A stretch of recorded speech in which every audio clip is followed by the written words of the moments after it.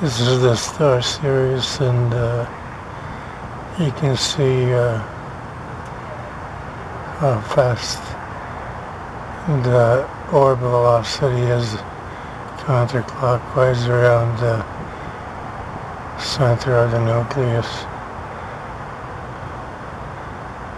The star itself is a orb cluster nucleus. There's a large orb cluster which I've shown in many previous videos that surrounds this star. And Sirius, the star, is the energy center for that large or enormous orb cluster. And you can see how fast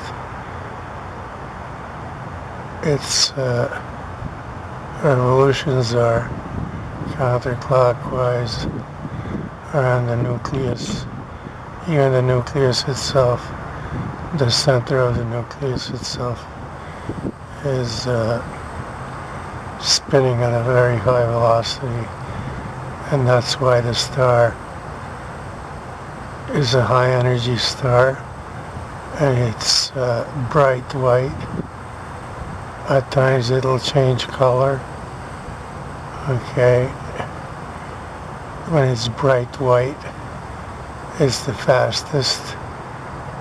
When it's a different color, like red, it's slower.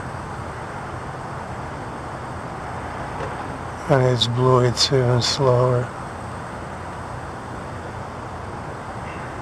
But in any of those colors, it's still a high energy star, and the spin of the orbs around the nucleus is supersonic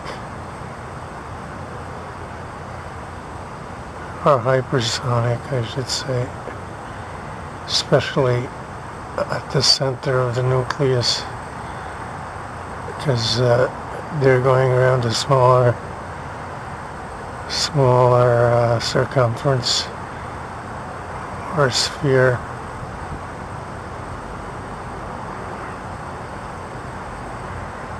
That big orb that's in the center of the nucleus there, that's spinning too, and that's causing all the other orbs to spin even faster. That determines the rate of the spin. Okay, that's not a hole, that's a big orb in the center.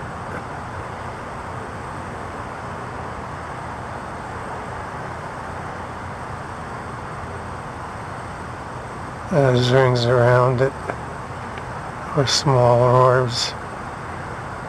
There's many rings. There's a mixture of large and small orbs inside the nucleus itself.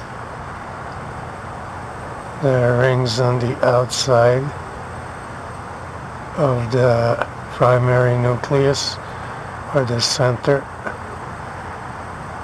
The whole thing is a hexahedron. You can see it now. But when the orbs revolve so fast, or at such a high velocity, then it looks like it's a circle or a sphere, but it's a hexahedron that the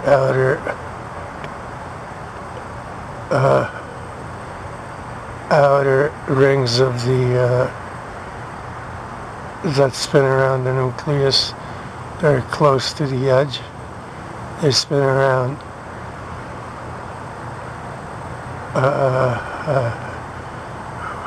different shape, a hexahedron shape.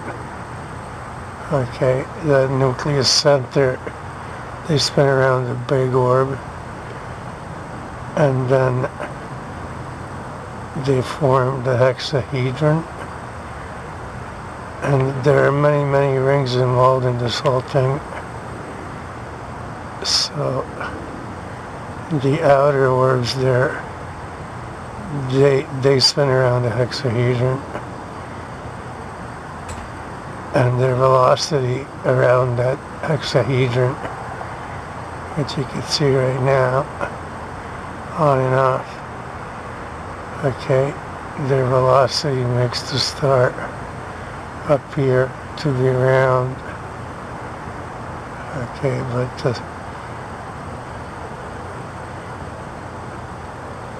that's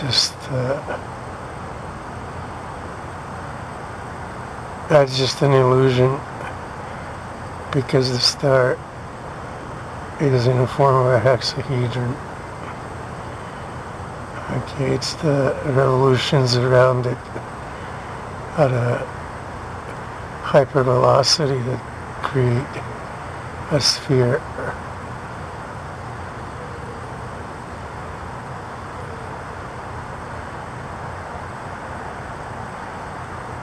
I could see plasma and everything. Most of it is just all plasma, because of the intensity of the spin, or the revolutions around the nucleus, and the velocity of the orbs also spin on their axes, on their own axes. So there's a lot of spinning going on. Orbs are also charged positively and negatively. They carry both charges, so they have to align themselves in order not to interfere with any other orb's charge. So all of these alignments, each orb, and then as a collective, or as a cluster like that, and then aligning it, this whole nucleus with the outer cluster, which is not visible at the moment because the star is so bright. All of that takes a lot of planning, and all of this takes milliseconds in terms of time, according to us.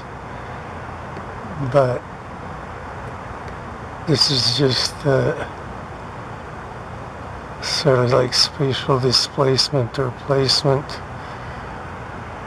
and velocity, because we just invented time to make things easier to understand.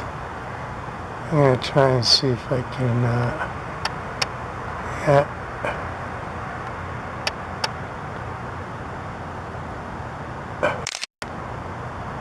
There.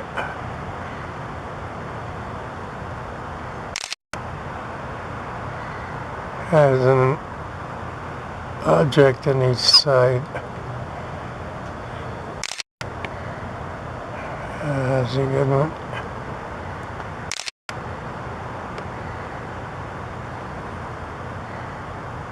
The capability on the to get any closer. Only when I take pictures, then I can get closer.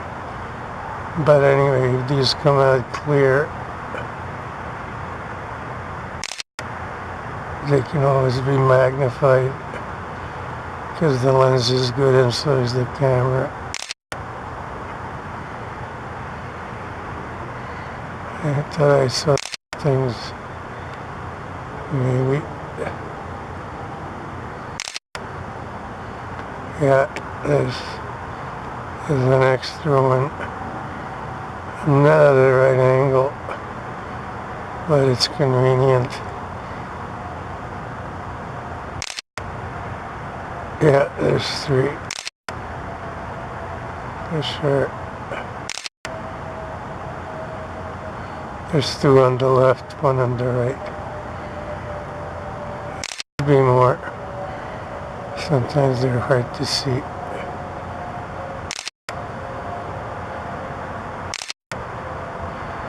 Sometimes they double up. There's like two where it only looks like one from here. Sometimes there's one. bunch up together.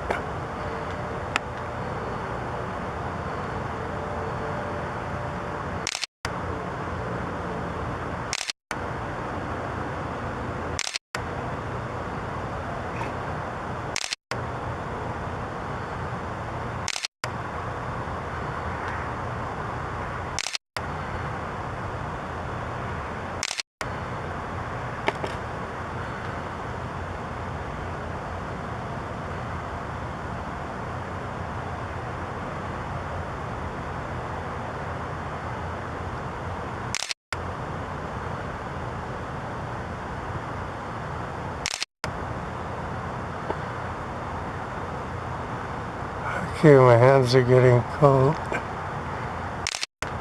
because I can't wear gloves, so I'm going to switch just the camera.